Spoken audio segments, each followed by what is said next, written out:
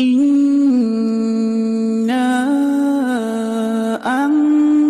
أنزلناه في ليلة القدر وما أدراك ما ليلة القدر ليلة القدر خير من 1000 شهر تنزل الملائكة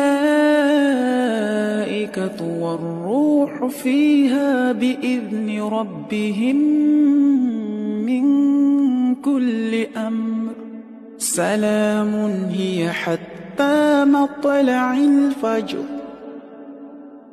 تھوڑی سی بات لیلۃ القدر کے حوالے سے کر دوں پھر ہم چلتے ہیں آگے. نبی صلی اللہ علیہ وسلم نے فرمایا کہ لیلۃ القدر میں یہ دعا زیادہ پڑھا کرو، اللہم انک عفو تحب العفو فاعف عنا. اے اللہ تو معافی کو پسند کرتا ہے، سراپا معافی ہے، بس تو ہمیں معاف کر دے. قرآن میں 2 جگہ اللہ نے لیلۃ القدر کی فضیلت بیان کی، ایک سورہ دخان میں اور ایک سورہ قدر میں. سورہ دخان میں کہا انا انزلناہ فی لیلۃ مبارکہ، ہم نے اس قرآن کو نازل کیا برکت والی رات میں. اور سورہ قدر میں ہے انا انزلناہ فی لیلۃ القدر، ہم نے قدر کی رات میں اس کو نازل کیا. اور دونوں جگہ قرآن میں ہے تنزل الملائکۃ والروح فیہا من کل امر باذن ربہم من کل امر، کہ فرشتے اس رات میں اللہ کے حکم کو لے کر نازل ہوتے ہیں. اور سورہ دخان میں کہا فیہا یفرق کل امر حکیم، ہر حکمت والے فیصلے اس رات میں کیے جاتے ہیں. تو یہ سب لیلۃ القدر کے بارے میں ہے، اس کو لوگ شب برات پر لے جاتے ہیں. اور قرآن میں ہے خیر من 1000 شہر، 1000 مہینے سے بہتر ہے. تو اس لیے لیلۃ القدر کو تلاش کرنا چاہیے. ہمیں متعین طور پر وہ بتائی نہیں گئی ہے، بتایا گیا تھا نبی صلی اللہ علیہ وسلم کو، لیکن آپ کو بھلا دیا گیا. اس میں حکمتیں ہیں، مصلحتیں ہیں. بڑی حکمت یہ ہے کہ اگر بتا دی جاتی تو ہم رمضان کے آخری عشرے میں پوری میں عبادت نہ کرتے، پورے سال سوتے رہتے، پورے رمضان سوتے رہتے، اور خاص اس رات کو کچھ اللہ اللہ کر لیتے. اور یہ بھی خطرہ تھا بتا دی جاتی تو اس میں گناہ کا عذاب بھی 1000 گنا، سینکڑوں گنا بڑھ جاتا، پھر حجت تمام ہو جاتی. پھر کوئی گناہ گار یہ نہیں کہہ سکتا تھا کہ بھائی مجھے کیا پتا تھا آج لیلۃ القدر ہے، تو بڑا عذاب آ سکتا تھا اللہ کا، کوئی اس رات میں گناہ کرتا.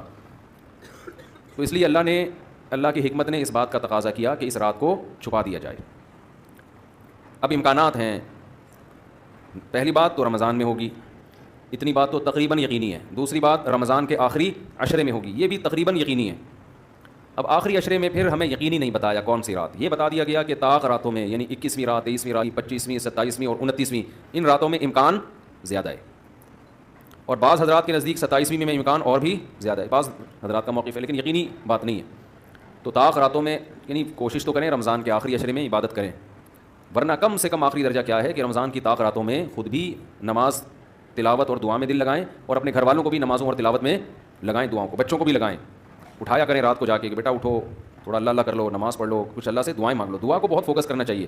آج کل دعاؤں کو چھوڑ دیا بالکل، حالانکہ سب سے بڑی عبادت ہی دعا ہے. دعا میں اللہ اور بندے کا جو کنیکشن ہوتا ہے نا، وہ نماز میں بھی نہیں بنتا، وہ تلاوت میں بھی نہیں بنتا. وہ جو تعلق بنتا ہے نا اللہ اور بندے کا دعا میں، وہ کسی عبادت میں نہیں بنتا. تلاوت کا مطلب تو یہ کہ اللہ آپ سے کیا کہہ رہا ہے وہ سن لیں آپ، اس میں تو یہ فائدہ ہوتا ہے. لیکن دعا میں تو آپ اللہ سے تعلق بڑھاتے ہیں نا، آپ اللہ سے مانگتے ہیں. اس لیے ان راتوں میں خوب گڑ گڑا کے لمبی لمبی دعائیں مانگنے کا معمول بنائیں. اعتکاف والے ساتھی بھی بیٹھ جائے کریں اکیلے میں، کہیں کچھ کر لیں، اللہ اللہ سب کچھ مانگ لیں، یہ سوچ کر کہ جو مانگیں گے اللہ ہمیں وہ دے گا. جب انسان مانگتا ہے نا پتہ نہیں ملے گا نہ ملے، تو پھر ملتا نہیں ہے. اللہ کہتا ہے جب تیرا میرے بارے میں یہ نظریہ ہے کہ میں دیتا ہی نہیں ہوں، تو پھر مانگتا رہے بیٹھ کے میں نہیں دوں گا. اللہ میں استغنا بہت ہے.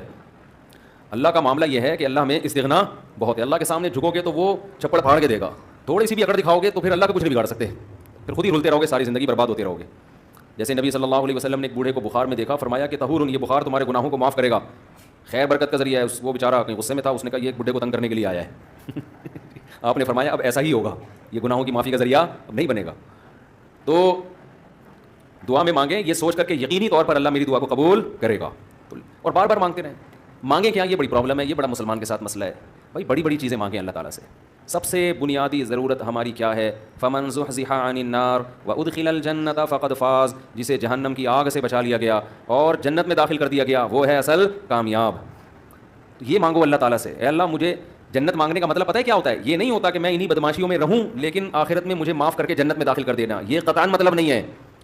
جنت مانگنے کا مطلب یہ ہے کہ اللہ وہ کاموں کی توفیق دے دے جن کی وجہ سے جنت ملتی ہے. یہ تو بہت کفر ہے ایک طرح کا کہ میں رہوں ایسے ہی، اور انہیں تو گویا اللہ کی آیات کا مذاق اڑانے والی بات ہوگی.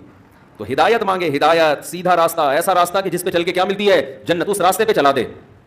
یہ سب سے زیادہ مانگا کریں. اور جو دین کے کام میں لگے ہوئے ہیں, مبلغین ہیں, علماء ہیں, دینی مدرسے کے طلباء ہیں, وہ ایک اور دعا بہت زیادہ مانگا کریں, کیونکہ ان کو صرف جنت تھوڑی چاہیے, ان کو تو یہ چاہیے کہ ہمیں اللہ نے پیغمبروں کا وارث بنایا ہے, تو ہم سے اے اللہ تو دین کا کام بہت زیادہ لے لے, جو ہمارا مقصد ہے, ہمارا ہدف ہے. اگر ایک عالم کاروبار کامیاب کر کے چلا گیا تو یہ کون سا تیر مار لیا اس نے, یہ کوئی اس کا اصل کام تھوڑی تھا. ایک عالم شادی کر کے 4 شادیاں کی اور دھڑا دھڑ بچے پیدا کر کے دنیا سے چلا گیا, کام تو یہ بھی اچھا کیا اس نے, لیکن یہ اس کا اصل ہدف, یہ تو کوئی بھی کر سکتا ہے. یہ تو ابو ظہبی کے جو سابق بادشاہ تھے, ان کے میرے خیال ہے 100 کے قریب کہا جاتا ہے بیٹے تھے ان کے, دھڑا دھڑ شادیاں کی انہوں نے. وہ لوگ تو پھر طلاقیں دے کے بھی کرتے رہتے ہیں نا, عرب بادشاہ, انہیں کوئی نہیں پوچھتا کہ طلاق دے گی ہم آپ, اور نہیں یہ کھڑکا شروع کر دینا, پٹو گے بہت برے طریقے سے. اور ویسے بھی شریعت میں پسندیدہ کام نہیں ہے طلاق دینا, لیکن عرب لوگوں کے پاس پیسہ بہت ہے, وہ بھائی ایک بیوی کو طلاق دی, بنگلہ دے دیا, وہ خوش ہوتی ہے, چل بھائی بنگلہ ملا, ایک اور شادی کی, تو ان کے ہو جاتے ہیں 100.